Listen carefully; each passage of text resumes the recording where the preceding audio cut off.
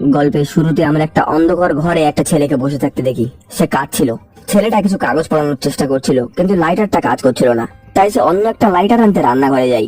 লাইটারটা নিয়ে ফিরে আসার পথে সে দেখে তার পাশের ঘরের দরজাটা খোলা। তাই সে সেটা দেখতে যায়। এরপর হঠাৎ সে মারাত্মক ভয় পেয়ে মাটিতে পড়ে যায় আর চিৎকার করতে করতে সেখান থেকে দৌড়িয়ে পালাই। তারপরে আমরা দেখি যে সে কি দেখে ভয় পেয়েছিল। সেই ঘরে একটা মানুষ ঝুলছিল। একটা ভয়েস ওভারের মাধ্যমে আমরা শুনতে পাই এখন আমাদের জাং জিনকে ডাকতে হবে। সিনটা এখানে কাট হয় আর আমরা একটা ছোট ছেলেকে দেখতে পাই যে হাতে নকল চোখ ধরে আছে।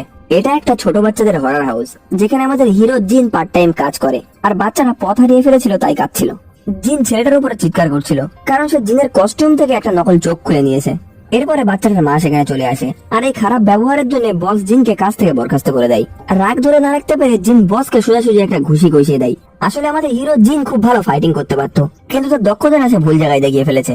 সে বসকে ভয় দেখিয়ে অনুরোধ করে সে যেন তার আঙ্কেলকে ফোন করে অভিযোগ না করে এই ব্যাপারে। বাহ, জুতো মেরে গরুদান। প্রথমে মারলো, তারপরে অনুরোধও করলো। পরের দিন আমরা দেখি জিন শান্তভাবে ঘুমোচ্ছে। তখন তার আঙ্কেল তাকে ফোন করে জিজ্ঞাসা করে সে স্কুলে গেছে কিনা। আসলে আজকে তার নতুন স্কুলের প্রথম দিন, কিন্তু তার আন্টি ফোনটা নিয়ে তাকে বকাঝকা শুরু করে। এটা শুনে জিন দ্রুত স্কুলের জন্য তৈরি হয়ে যায়। জিন যখন স্কুলের দিকে যাচ্ছিল তার আন্টি তখনও তাকে অনবরত বকে যাচ্ছিল। তখন আমরা অন্য একটা ছেলেকে সাইকেল চালাতে দেখি যার নাম লিন।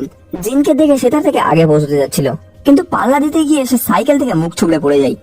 এরপরে আমরা জিনকে স্কুলে দেখি। টিচার তাকে পুরো ক্লাসের সামনে পরিচয় দিতে বলছিল। পরিচয় দেওয়ার পরে শিক্ষক তাকে লিটল প্রিন্সেস নামের একটা স্টুডেন্টের পাশে গিয়ে বসতে বলে। সাথে সাথেই জিন গিয়ে একটা খুব সুন্দর মেয়ের পাশে দাঁড়িয়ে যায়। সে মনে করে এই হয়তো লিটল প্রিন্সেস হবে, কিন্তু সেই মেয়েটা লিটল প্রিন্সেস ছিল না। তারপর জিন গিয়ে একটা মোটা সোটা মেয়ের পাশে বসে পড়ে, কিন্তু দেখা গেল যে সেও লিটল প্রিন্সেস না। তখন শিক্ষক তাকে ডান দিকে তাকাতে বলে। দেখা গেল লিটল প্রিন্সেস আসলে কোনো মেয়ে না, সে একটা ছেলে, আর তার ভালো নাম হোম, শর্টে এইচ। পরে ক্লাস শেষ হলে জিন তার ফোনে তার দিদিমার একটা ভয়েস মেসেজ দেখতে পাই। দিদিমা তাকে তার দাদুর স্বাস্থ্য নিয়ে কথা বলছিল, যার অবস্থা খুব একটা ভালো নয়। একই সাথে তিনি তার বাড়ি ফিরে আসতে আর তাদের পারিবারিক ব্যবসা সামলাতে বলছিল।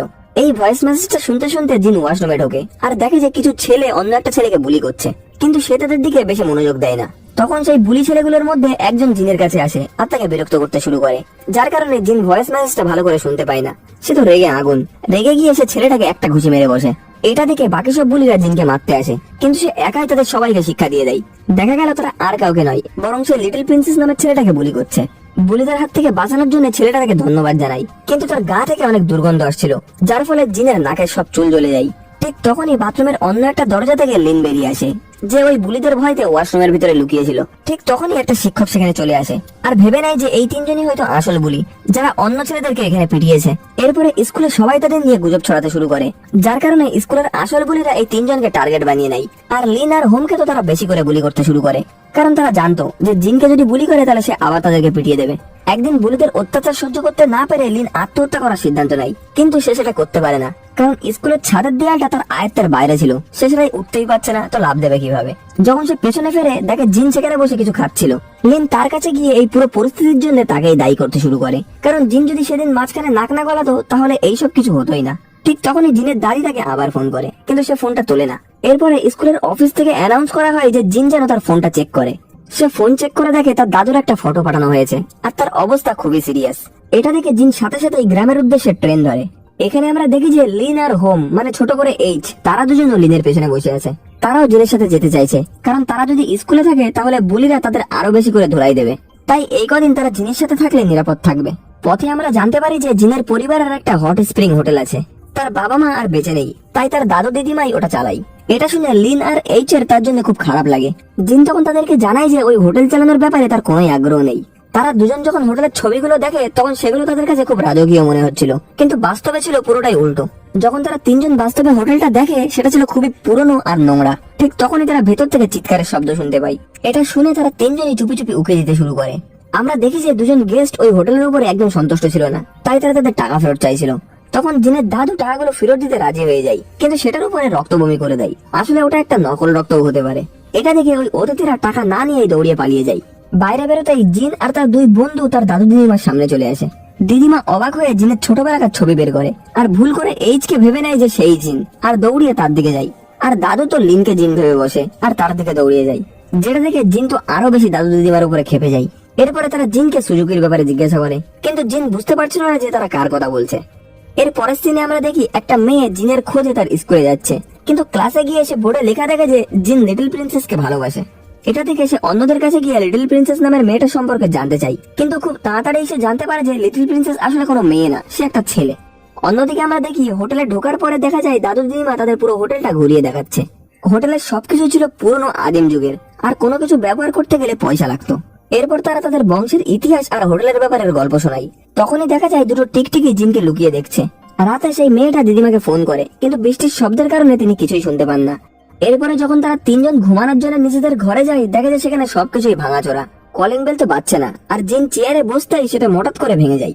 এইচের ঘরের আলোটা তো সারাক্ষণ টিপটাপ টিপটাপ করছে। এরপর দেখা যায় জিন রিসেপশনে দাঁড়িয়ে অতিথিদের স্বাগত জানানোর জন্য প্র্যাকটিস করছে। এইচ আর লিন এটা দেখে ফেলে আর তাকে তাদের সাথে হট স্প্রিং এ যাওয়ার জন্য ডাকে, কিন্তু জিন মানা করে দেয়, যার জন্য তারা দুজনেই সেখানে চলে যায়। হট স্প্রিং এ থাকার সময় এইচ এর কাছে যেন কিছু একটা অদ্ভুত মনে হচ্ছিল। কিছুক্ষণ পর আমরা দেখি রাত 12টা বাজতেই হোটেলে সব আলো নিভে যায়। জিনের মনে হয় যে কেউ যেন তার নাম ধরে ডাকছে, তাই সে সেটা দেখতে বাইরে আসে। ঠিক তখনই নিচে থেকে কেউ একজন তার পা ধরে। জিন নিচে তাকিয়ে দেখে যে ওটা আর কেউ নয়, এইচ, আর আসলে সেই তাকে ডাকছিল। সে বলে যে অদ্ভুত সব শব্দ শুনতে পাচ্ছে, তাই সে ভয়ে বাইরে চলে এসছে। তখনই এইচ জিনের পেছনে কারোর পা দেখতে পাই, কিন্তু দেখা যায় যে ওটা আসলে লিন, যে কিনা ঘুমের ঘরে হাঁটছিল। এটা দেখে জিন ভেবে নেয় যে লিনের হাঁটার শব্দই হয়তো সে শুনতে পাচ্ছিল। এরপর তারা তিনজন ঘুমানোর জন্য ঘরে ফিরে যায়। পরের দিন সকালে জিনের দিদিমা তাকে বলছিল যে তিনি সব খালি ঘরের আসবাবপত্রগুলো কভার দিয়ে ঢেকে দিয়েছে, যাতে প্রতিদিন পরিষ্কার করতে না হয়, কারণ চাকর বাকর রাখার খরচ অনেক বেশি। তিনি এই কভারগুলো তাকে ধুতে বলেন আর তার বন্ধুদের সাহায্য নিতে বলেন। জিন যখন সেগুলো নিচ্ছিল তখন টেলিফোনটা বেজে ওঠে, কিন্তু ফোন ধরলে ওপাশ থেকে কেউ কোনো কথা বলে না। এরপরে জিন বাইরে এসে দেখে যে লিন আর এইচ হট স্প্রিং এর ভিতরে একে অপরের উপরে পানি ছিটাছিটি করছে। আসলে তারা এটা করতে চাইছিল না, জিনের দাদু তার ওয়েবসাইটে ফটো পোস্ট করার জন্য তাদেরকে এই পোস্টটা দিতে বলেছিল, তাই তারা বাধ্য হয়ে এটা করছে। হট স্প্রিং থেকে ওঠার সময় লিন পড়ে গিয়ে তার হাতে চোট পায় আর তার আঙুলটা কেটে যায়। রক্ত দেখে লিন ঘাবড়িয়ে গিয়ে হাসপাতালে যেতে চাই। তখন দিদিমা তাদেরকে বলেন যে পুরনো বাড়িতে একটা ফার্স্ট এড বক্স আছে, সেটা ব্যবহার করলেই হবে। তারা তিনজন সেখানে গিয়ে একটা বড় ঘর খুঁজে পায়। সেখানে জিন একটা ক্যামেরা খুঁজে পায়, তাতে তার বাবা মায়ের অনেক স্মৃতি ছিল। ভিডিওতে দেখা যায় ছোট জিন তার বাবা মায়ের সাথে খেলছে, তার বাবা মা অতিথি হয়ে হোটেলে আসছে আর জিন তাদের স্বাগত জানাচ্ছে। জিনের ছোটবেলায় স্বপ্ন ছিল যে সে হোটেলের ম্যানেজার হবে। ঠিক তখনই লিন আর এইচ পেছন থেকে ভিডিওটা দেখতে শুরু করে। জিন লজ্জায় সাথে সাথে তাদেরকে সেখান থেকে বের করে নিয়ে আসে। ঘর থেকে বেরিয়ে আসার সময় আবার সেই দুটো টিকটিকিকে জিনের দিকে তাকিয়ে থাকতে দেখা যায়, আর জিনের ছোটবেলা সেই খেলনা হোটেলটার মডেলটাও সেখানেই ছিল। সেই সন্ধ্যায় এইচ লিন আর জিনকে তার সাথে হট স্প্রিং এ যেতে বলে, কিন্তু তারা কেউ রাজি হয় না, যার ফলে সে একাই যেতে বাধ্য হয়। সেখানে যাওয়ার পরে সে শুনতে পায় কে যেন জলে নামছে। হঠাৎ সে জলের ভেতর থেকে একটা হাত বেরিয়ে আসতে দেখে। এটা দেখে এইচ ভয়ে কুকড়ে যায় আর জলের মধ্যেই আছাড় খেয়ে পড়ে। অন্যদিকে লিন টিভি দেখছিল, এমন সময় টিভিটা বন্ধ হয়ে যায়। সে যখন কয়েন ঢুকাতে যাবে তখন সে নিজের পেছনে একটা ছায়া দেখতে পায়, কিন্তু তাকিয়ে দেখে যে কেউ ছিল না। ওদিকে এইচ ভয়ে উলঙ্গ অবস্থায় সরাসরি জিনের কাছে গিয়ে তাকে জড়িয়ে ধরে। লিন ওদেরকে এই অবস্থায় দেখে ফেলে আর ঝামেলা এড়াতে চুপচাপ সেখান থেকে কেটে পড়ে, কিন্তু জিন বিরক্ত হয়ে তাকে এমন একটা ঘুষি মারে যে সে ওখানেই অজ্ঞান হয়ে যায়। এই অবস্থায় তার বন্ধু একটা লাঠি নিয়ে তার লজ্জাস্থানটা ঢাকতে সাহায্য করছিল। জ্ঞান ফেরার পরে এইচ ওদেরকে ভূতের কথা বলে, কিন্তু ওরা কেউ বিশ্বাস করে না, উল্টে তাকে নিজের ঘরে গিয়ে শুয়ে পড়তে বলে। রাত হতেই লিন আবার ঘুমের ঘরে হাঁটতে শুরু করে আর গিয়ে মেঝেতে শুয়ে পড়ে। তখনই সে কিছু একটা অদ্ভুত শব্দ শুনতে পায়। লিন জেগে উঠে যেই খাটের নিচে দেখতে যাবে, দেখে যে তার উপরে দুটো পা ঝুলছে। ভয়ে সে এক দৌড়িয়ে জিনের কাছে গিয়ে আবার তাকে জড়িয়ে ধরে, কিন্তু এবার সে কাপড় চোপড় পরেছিল। ওদের দুজনের গল্প শোনার পরে জিন বিরক্ত হয়ে বলে যে যতক্ষণ না তোরা ভূতের মুখ দেখছিস ততক্ষণ আমার সামনে এসে আর বকবি না। সে ওদেরকে সাফ জানিয়ে দেয় যে এত ভয় লাগলে তারা যেন এখান থেকে চলে যায়। পরের দিন জিন তার দাদুকে সেই খেলনা হোটেলটার ব্যাপারে জিজ্ঞাসা করতে যায়, কিন্তু দাদু অসুস্থ থাকায় কোনো জবাব দিতে পারে না। সেই রাত থেকে লিন আর এইচ জিনের ঘরে শোয়া শুরু করে, কিন্তু সারা রাত তাকে এত জ্বালাতন করে যে বলার কথা না। লিন ঘুমের ঘরে একদম জম্বির মতো হয়ে জিনের দিকে এক দৃষ্টিতে তাকিয়ে থাকে আর বিড়বিড় করে কথাও বলতে থাকে। আর এইচ তো ঘুমের মধ্যে জিনের কম্বলটাও কেড়ে নেয় আর চুল ধরেও টানাটানি করে। এমনকি ওরা জিনের বাথরুমে যাওয়ার শান্তিটাও কেড়ে নেয়। বাধ্য হয়ে জিন অন্য একটা বাথরুমে যায়। সেখান থেকে বেরোনোর সময় সে কিছু একটা আওয়াজ পায়, তাই সঙ্গে সঙ্গে লিন আর এইচ কে ডাক দেয়, কিন্তু তারা কোনো সাড়া দেয় না। পেছনে তাকাতে সে দেখে যে একটা লকারের ভেতর থেকে দুটো পা বেরিয়ে আসছে। ভয়ে জিনের পিলে চমকে যায়। সে তাড়াতাড়ি হাত পায়ে ভর দিয়ে হামাগুড়ি দিয়ে সেখান থেকে পালিয়ে যাওয়ার চেষ্টা করে, কিন্তু যেই ছাদের দিকে তাকায় দেখে সিলিং এর আয়নায় অনেকগুলো হাত। জিন তখন প্রাণ ভয়ে দৌড়িয়ে গিয়ে এইচ আর লিনকে জড়িয়ে ধরে আর স্বীকার করে যে সেও ভূত দেখেছে। এটা শুনে তারা দুজন জিজ্ঞাসা করে যে মুখ দেখেছিস কি? জিন তখন কাচুমাচু হয়ে বলে যে না, আমি শুধু ওদের হাত আর পা দেখেছি। এরপর তারা নিশ্চিত করার জন্য দিদিমার কাছে গিয়ে জিজ্ঞাসা করে আপনি কি এখানে কোনো ভূত দেখেছেন? দিদিমা কোনো উত্তর দেয় না, উল্টে গেট বন্ধ করে দেয়।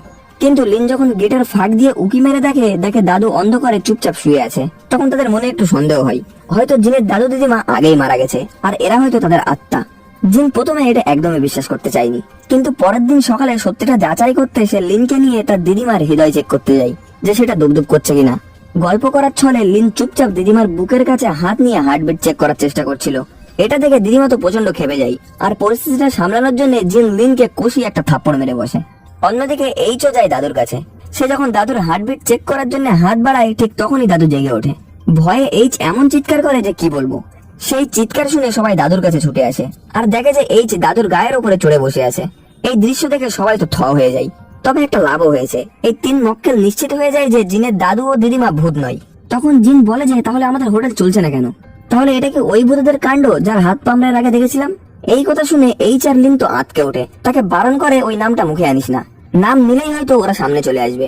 জিন তখন বলে যে আরে কিসের ভূত? আর ঠিক যখন সে ভূত শব্দটা উচ্চারণ করে, অমনি গ্যাসের চুলোটা আপনি বন্ধ হয়ে যায়। 3 জনেরই তো ভয়ে অবস্থা খারাপ। ঠিক তখনই দিদিমা আসায় তারা চুপচাপ সেখান থেকে কেটে পড়ে। এরপরে তারা একটা বুদ্ধি বের করে। তারা ঠিক করে যে নিজেদের মর্দানি দিয়ে তারা এই বাড়ি থেকে ভূত তাড়াবে। পরের দিন জিন আর তার 2 বন্ধু মিলে সেই জায়গাগুলো ঘষে মেজে পরিষ্কার করতে শুরু করে যেখানে তারা ভূতের হাত পা দেখেছিল। রাত ভারী হতেই তারা এমন ভাব দেখায় যে আমরা কত সাহসী, আমাদের ভয়টাই হয়তো ভূতরা পালিয়ে গিয়েছে। কিন্তু ঠিক তখনই বাইরে থেকে অদ্ভুত আওয়াজ আসতে থাকে। তদন্ত করতে বাইরে যেতেই টেলিফোনটা বেজে ওঠে। জিন ফোন তোলে, শুনতে পায় যে ওপাশ থেকে একটা মেয়ে ফুফিয়ে ফুফিয়ে কাঁদছে। ভয়ে জিন দৌড়িয়ে তার দাদু দিদিমার কাছে গিয়ে সব বলে। তারা এসে চেক করে দেখে যে কোনো শব্দই আসছে না। তাই তারা আবার নিজেদের রুমের দিকে হাঁটতে শুরু করে। ঠিক তখনই জিন দেখে যে দাদু দিদিমার পিছনে সেই ভূতের হাত পা দেখা যাচ্ছে। জিন চিৎকার করে তাদেরকে বলে যে পিছনে ভূত আছে, কিন্তু তারা পিছনে দেখে কিছুই দেখতে পায় না। লিন তখন বুদ্ধি দেয় শালা ভূতেদেরকে নোংরা নোংরা গালিগালাজ কর, এটা শুনে হয়তো সে চলে যাবে। জিন তখন প্রাণপণে ভূতেদের যাচ্ছে তাই গালিগালাজ শুরু করে দেয়। ভূতের কি হলো জানি না, কিন্তু জিনের মুখের থেকে ওইসব জঘন্য ভাষা শুনে দাদু তো বেচারা সেখানেই জ্ঞান হারিয়ে ফেলে। দাদুর জ্ঞান ফেরার পরে তিনি জিনকে বেশ কড়া ভাষায় শাসায়, আর মনে করিয়ে দেয় যে এখন থেকে এই হোটেল চালানোর দায়িত্ব তার। তাই তার মতে এরকম বাচ্চাদের মতো আচরণ তার করা একদমই ঠিক না। দাদুর বকুনি খেয়ে জিন রেগে মেগে বলে যে সেই হোটেলটা চালাতে চায় না, আর তার বন্ধুদেরকে নিয়ে সেখান থেকে চলে যাবে। কিন্তু যেই না তারা বের হতে যাবে, অমনি হট স্প্রিং থেকে অদ্ভুত সব শব্দ শোনা যায়। তারা 3 জন তো ভয়ে সেখানেই সেটকিয়ে যায়। জিন যখন সাহস দেখিয়ে একটু ভালো করে তাকায়, দেখে যে ওপরে একটা শরীর ভাসছে, আর ধীরে ধীরে সেটা তাদের দিকেই আসছে। জিন ভাবছিল যে এটা কার লাশ রে বাবা। সে এগিয়ে গিয়ে লাশের মুখের উপর থেকে তোয়ালি সরাতেই দেখে যে এটা আর কেউ নয়, তার দাদু। এটা দেখে জিনের মাথায় তো আকাশ ভেঙে পড়ে। লিন জ্ঞান দিতে শুরু করে, দেখেছিস তোকে আগেই বলেছিলাম না, তোর দাদু দিদিমা কেউ বেঁচে নেই। কথা বলতে বলতে সে ভুল করে লিনকে ধাক্কা মেরে সেই জলের ভিতরে ফেলে দেয়, আর ওর সাথে সাথে এইচও হুড়মুড় করে সেখানেই পড়ে যায়। ঠিক তখনই জিন দেখে যে দাদুমা চোখ খুলে তাকিয়েছে। ভয়ে 3 জনই ওখান থেকে দৌড়িয়ে পালায়। চিৎকার শুনে দিদিমাও ঘর থেকে বেরিয়ে আসে। লিন ভাবে যে তার দিদিমাও নির্ঘাত ভূত। সে আর কিছু না ভেবে দিদিমাকেও ধোলাই দিতে শুরু করে। পরের সিনে দেখা যায় যে সবাই একসাথে বসে আছে, সাথে তার দাদুও আছে, একদম জ্যান্ত অবস্থায়। আসলে তার দাদু মরেনি, গরম জলে স্নান করতে করতে সে ঘুমিয়ে পড়েছিল। জিন যখন জিজ্ঞাসা করে আপনারা কি সত্যি এখানে কোনো ভূত দেখেননি, তখন তারা বলেন যে না না, আমাদের হট স্প্রিং এ সত্যিই কোনো ভূত নেই। লিনের পায়ে কিছু চুল লেগে থাকতে দেখে জিন জিজ্ঞাসা করে যে তাহলে এগুলো কোথা থেকে এলো। দাদু দিদিমা তখন জানালো যে আসলে গত 6 বছর ধরে হট স্প্রিংটা পরিষ্কার করা হয়নি, তাই ওখানে অনেক ময়লা আবর্জনা আটকে থাকতে পারে। এরপরে তার বন্ধুরা ইমোশনাল হয়ে বলে যে মাঝে মাঝে তারা এখানে তাদের মা বাবাকেও দেখতে পায়, হয়তো তাদের খুব মনে পড়ছে, এই জন্য এটা হচ্ছে। বাবা মায়ের কথা শুনে জিনও বেশ ইমোশনাল হয়ে পড়ে। ঠিক তখনই রিসেপশনের বেল বেজে ওঠে। সবাই বাইরে গিয়ে দেখে যাকে আমরা স্কুলে জিনের খোঁজ নিতে দেখেছিলাম সেই মেয়েটা এসছে। এর নামই হলো সুজুকি। সে জিনের ছোটবেলাকার বন্ধু, আর দাদু দিদিমার সাথে দেখা করতে প্রায় হোটেলে আসে। সে জিনকে ঝাড়ি মেরে বলে যে আমি তোমাকে কতবার ফোন করেছি বলো তো, তুমি একবার আমার ফোন ধরোনি কেন। তখনই সব ভুল বুঝাবুঝি দূর হয়ে যায়। জিনের ঘরে যে বারবার ফোনটা আসছিল সেটা আসলে সুজুকি করছিল। ফোনের ভিতরে যে মেয়েটা কান্না করছিল সেই শব্দটাও সুজুকিরই ছিল। এমনকি সেই রাতে জিনের নাম ধরে ডাকার আওয়াজটাও ছিল সুজুকির, কারণ সে ছোটবেলা থেকেই তাকে খুব পছন্দ করে। এরপরে লিন আর এইচ সুজুকির সাথে ভাব জমাতে যায়, কিন্তু সে তাদের উপরে চিৎকার করে সেখান থেকে চলে যায়। এরপরে আমরা দেখি তারা 3 জন মিলে সেই নোংরা হট স্প্রিংটা পরিষ্কার করতে যায়। ওখানে তারা সেই ভূতের ব্যাপারে আরো অনেক কিছু প্রমাণ পায়। অন্যদিকে দিদিমা চিন্তিত হয়ে দাদুকে বলছেন যে আজ তো কোনো মতে জিনকে আটকে দিলাম, কিন্তু পরের বার ও যখন চলে যেতে চাইবে তখন আমরা কি বলে আটকাবো। দাদু তখন গভীর ভাবে বলে যে আমাদেরকে আর বেশি দেরি করা উচিত হবে না। সেই সময় দেখা যায় দিদিমা একটা মহিলার চুল ঠিক করে দিচ্ছে, মনে হচ্ছিল কোনো একটা রহস্য আছে। ওদিকে লিন আর এইচ মনের সুখে হট স্প্রিং এ স্নান করছিল। জিনও তাদের সাথে আছে, কারণ সে ভূতের ভয়ে ঘরে একা থাকার সাহস পাচ্ছে না। এইচ তখন জিনকে বলে যে তাদের সাথে জলে নামতে, কিন্তু জিন গম্ভীর হয়ে বলে যে না রে, আমি নামতে পারবো না, আমার মাও একটা হট স্প্রিং এ মারা গিয়েছিল। এই কথা শুনে লিন আর এইচ এক লাফ মেরে জল থেকে ডেঙায় উঠে আসে। তখন জিন তাদেরকে পরিষ্কার করে বলে যে আরে না না, এই হট স্প্রিং এ মারা যায়নি। সে জানায় যে সে যখন ছোট ছিল তখন তার বাবা মা জাপানে ঘুরতে গিয়েছিল, সেখানে হঠাৎ একটা হার্ট অ্যাটাকে তার বাবা মারা যায়। জিনের গল্প শেষ হওয়ার আগেই সুজুকি সেখানে তাদের সাথে স্নান করতে আসে। এরপরে জিন আবার তার গল্প শুরু করে। বাবার মৃত্যুর পরে তার মা প্রচন্ড মদ খেতে শুরু করে, আর একদিন গরম সহ্য করতে না পেরে হট স্প্রিং এর ভিতরেই তার মা মারা যায়। মরার আগে তিনি বলে গিয়েছিলেন যে এই ভুতিয়া হোটেলটা যদি না থাকতো তাহলে তার বাবা হয়তো আজ বেঁচে থাকতো। কথার প্রসঙ্গে এইচও বলে যে তার ক্লাসের ওই গুন্ডাটা আসলে আগে তার বন্ধু ছিল, কিন্তু পরে তাকে বোলিং করতে শুরু করে। তখন সে জিনকে বলে যে তোর মা বাবা যদি এখন বেঁচে থাকতো তাহলে খুব কষ্ট পেত, কারণ তুই তোর স্বপ্ন ছেড়ে দিয়েছিস, তুই হোটেলটা চালাচ্ছিস না। হট স্প্রিং থেকে বেরিয়ে লিন আর এইচ যখন নিজের ঘরের দিকে যাচ্ছিল তখন তারা একটা অদ্ভুত গন্ধ পায়। জিন তাদের পেছন থেকে এসে ব্যাপারটা তদন্ত করার সিদ্ধান্ত নেয় আর তাদেরকে চুপ থাকতে বলে। লিন মোটেও এই অ্যাডভেঞ্চারে যেতে রাজি ছিল না, কিন্তু একা থাকাও তো সম্ভব না, তাই অনিচ্ছা সত্ত্বেও তাকে ওই দুজনের সাথে যেতেই হয়। তারা নিজেরা সরাসরি ঘরের ভিতরে না ঢুকে বুদ্ধি বের করে যে ক্যামেরা দিয়ে প্রত্যেকটা ঘরের ছবি তুলবে। তারা সব ঘরের ছবি তুলতে শুরু করলো। ছবিগুলো চেক করার সময় লিন বারবার চিৎকার করে উঠছিল। হঠাৎ একটা ছবিতে দেখা যায় কম্বল মুড়ি দিয়ে বিছানার উপরে কেউ একজন বসে আছে। এটা দেখা মাত্রই লিন তো ভয়ে আটকিয়ে সেখানেই জ্ঞান হারিয়ে ফেলে। এরপরে তারা মনের স্টপে হাওয়া ভরে দম নিয়ে সেই ঘরটায় ঢোকে। ভয়ে কাঁপতে কাঁপতে যেই না কম্বলটা টেনে সরায় দেখে ভেতরে কেউ নেই। ভয়ে তিনজন মিলেই দাদু দিদিমার ঘরের দিকে দৌড়তে লাগলো, কিন্তু ভেতর থেকে কোনো সাড়া পাওয়া যাচ্ছিল না। জিন তখন দরজাটা ভাঙার চেষ্টা করে, ঠিক সেই মুহূর্তে সুজুকি এসে এক ধাক্কা মেরে দরজাটা ভেঙে ফেলে। ভেতরে ঢুকে তারা দেখে যে দাদু দিদিমা উধাও। সেখানে পড়ে থাকা জিনিসপত্র দেখে তারা বুঝতে পারে যে দাদু আর দিদিমা বোধহয় জিনের বাবা মাকে এই দুনিয়ায় ফিরিয়ে আনার চেষ্টা করছে, কিছু একটা টুকটাক বা জাদুটোনা ব্যবহার করে। তারা দ্রুত সেই পুরনো বাড়িতে যায় যেখানে জিন তার ছোটবেলাকার হোটেলের মডেলটা পেয়েছিল। তারা ধারণা করে যে ওই ভূতরা হয়তো আর কেউ নয়, আসলে জিনের বাবা মা হতে পারে। জিন তখন সিদ্ধান্ত নেয় যে যদি সত্যিই তার মা বাবার আত্মা হয় তাহলে সে তাদেরকে শান্তি দেবে। এরপরে তার বন্ধুদের নিয়ে সেই হোটেলের সব জায়গায় সে সাদা পাউডার ছড়িয়ে দেয়, যাতে কেউ হাঁটলে তাদের পায়ের ছাপ যেন পরিষ্কার দেখা যায়। এরপর তারা সবাই মিলে একটা ঘরে যায় আর প্রত্যেকে হাতে একটা করে মোমবাতি নিয়ে নেয়।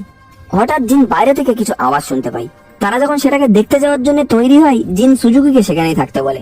সুজুকি অবাক হয়ে জিজ্ঞাসা করে যে কেন, আমি একটা মেয়ে বলে যেতে পারবো না? জিন গম্ভীর মুখে উত্তর দেয় যে আরে না না, কারণ তুই একমাত্র যে বাইক চালাতে জানিস, আর আমাদের তিনজনের কিছু হয়ে গেলে তুই কেবল সাহায্য ডেকে আনতে পারবি। কি যুক্তি রে বাবা, মেডেল দেওয়া দরকারের জন্য। এই দিন মোয়াক্কেল তখন রিসেপশনের দিকে যাই। সেখানে গিয়ে দেখা যায় যে গেস্ট বুকটা পুরো হিজিবিজি করে কাটাকুটি করা। বাইরে তখন প্রচন্ড বৃষ্টি হচ্ছিল। লিন যখন জানলাটা বন্ধ করতে যায় তখন হুট করে তাদের সামনে কিছু একটা উদয় হয়। সে তো ভয়ে আটকে ওঠে। একজন গিয়ে ভালো করে তদন্ত করে দেখে যে আসলে ওটা একটা গাছের ডাল ছিল। তারা যখন ওখান থেকে যাচ্ছিল তখন দেখা যায় সিঁড়ি দিয়ে কেউ একটা উপরে উঠছে। অন্যদিকে আমরা দেখি সুজুকি সেই ঘরে কিছু ছবি দেখছে। তখন সে বাথরুম থেকে কিছু একটা শব্দ পাই। সেখানে গিয়ে সে একটা টিকটিকি দেখতে পাই, যা একটা গোপন সুড়ঙ্গ দিয়ে ভেতরের দিকে ঢুকে যাচ্ছিল। সিনটা আবার জিনের দিকে ফিরে আসে। তারা দেখে সিঁড়িতে পাউডারের উপরে স্পষ্ট পায়ের ছাপ পড়েছে, কিন্তু মাঝখানে গিয়ে সেগুলো কোথাও উধাও হয়ে যায়। ঠিক তখনই তাদের সামনে একটা দরজা আপন ইচ্ছায় খুলে যায়। সিনটা আবার সুজুকির দিকে ফিরে আসে। সে তখন টিকটিকির পিছু নিতে নিতে বাথরুমের উপরে সেই গোপন পথটায় ঢুকে পড়ে। এদিকে জিন আর তার বন্ধুরা আবার কিছু পায়ের ছাপ দেখতে পায়। তারা যখন পায়ের ছাপগুলোকে অনুসরণ করে দেখা যায় যে সেগুলো একটা ঘরের কোনায় গিয়ে শেষ হয়ে গিয়েছে। সেই কোনার ওপর দিকে তাকাতেই তারা একটা মেয়ে ভূতকে বসে থাকতে দেখতে পায়। কয়েক সেকেন্ডের মধ্যেই তারা দেখে যে আরেকটা ভূত তাদের পিছন দিক থেকে এগিয়ে আসছে। জিন দেখে যে ভূতের পা থেকে টপ টপ করে পানি পড়ছে। এটা দেখে জিন নিশ্চিত হয় যে এটা হয়তো আর কেউ নয়, তার মৃত মা বাবা। সে তখন ইমোশনাল হয়ে ভূতেদের সামনে হাঁটু গেড়ে বসে পড়ে আর বলে যে দয়া করে আমার বন্ধুদের কিছু করো না, এরা আমার জানের বন্ধু। আমি জানি আমি হোটেলের দায়িত্ব নিচ্ছি না বলে তোমরা হয়তো আমার উপরে রেগে আসো, কিন্তু আমার ভুলের জন্য অন্যদেরকে শাস্তি দিও না। তোমরা চাইলে আমাকে তোমার সাথে নিয়ে যেতে পারো। জিনের এই কাণ্ড দেখে ভূতগুলো আরো কাছে চলে আসে।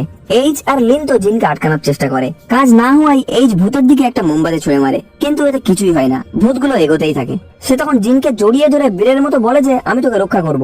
লিনও তখন জিনের মা বাবার কাছে অনুনয় বিনয় করতে শুরু করে যে তাদেরকে যেন ছেড়ে দেয়। শেষমেশ জিন তো চোখ বন্ধ করে ফেলে, কিন্তু চোখ খুলতে এসে দেখে যে ভূতটা জিনের বদলে এইচ এর মুখ খপ করে ধরে ফেলেছে। এই করুণ পরিস্থিতিতে এইচ কেঁদে কেঁদে বলে যে তোর ফ্যামিলি কি জন্ম থেকেই আমাকে তুই ভেবে ভুল করে? জিন তখন ভূতটার হাত নিয়ে তার মুখে দেয় আর বলে যে ও তোমার ছেলে নয়, আমি তোমার ছেলে।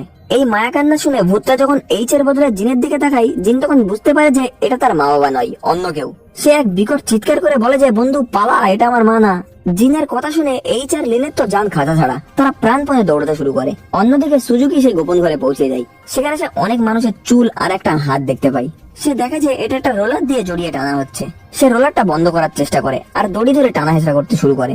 ওদিকে ভূত দুটো তো নাচর বান্দাদের মতো লেগে আছে। তারা জিন আর তার বন্ধুদেরকে তাড়া করছিল।